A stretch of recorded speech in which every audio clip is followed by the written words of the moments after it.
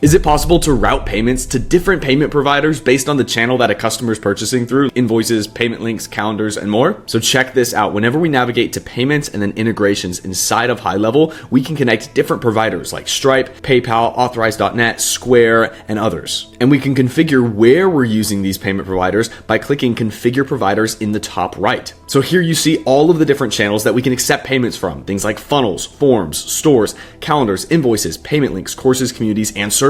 And we can set up different providers for each one of these channels. So in this case, instead of just using Stripe for all of them, we can add a second channel. All we have to do is click the plus, and then we can select the additional provider like PayPal in order to use on this channel. So in this case, we can accept Stripe payments and PayPal payments on funnels. But what if, for an example, we want to use only PayPal for invoices? Then we can remove Stripe by clicking the X. We can then click the plus and add on PayPal. So now invoices will only use PayPal. A great example of this is if we have one account where we're running, let's say, an e-commerce store, but we're also doing agency services using things like invoices, then maybe on the store right here, we can have Stripe set up, but for things like invoices, we can have something like PayPal, Authorize.net, or something where we prioritize ACH transactions to reduce our fees on those invoices. This means you get a ton of functionality out of just one account in GoHighLevel, and you can utilize all these different places to collect payments and collect them with the right provider using this feature. If you want to learn more about how to set this up, drop a comment on this video or check out the blog. As always, my name's Andrew, and thank you very much for watching.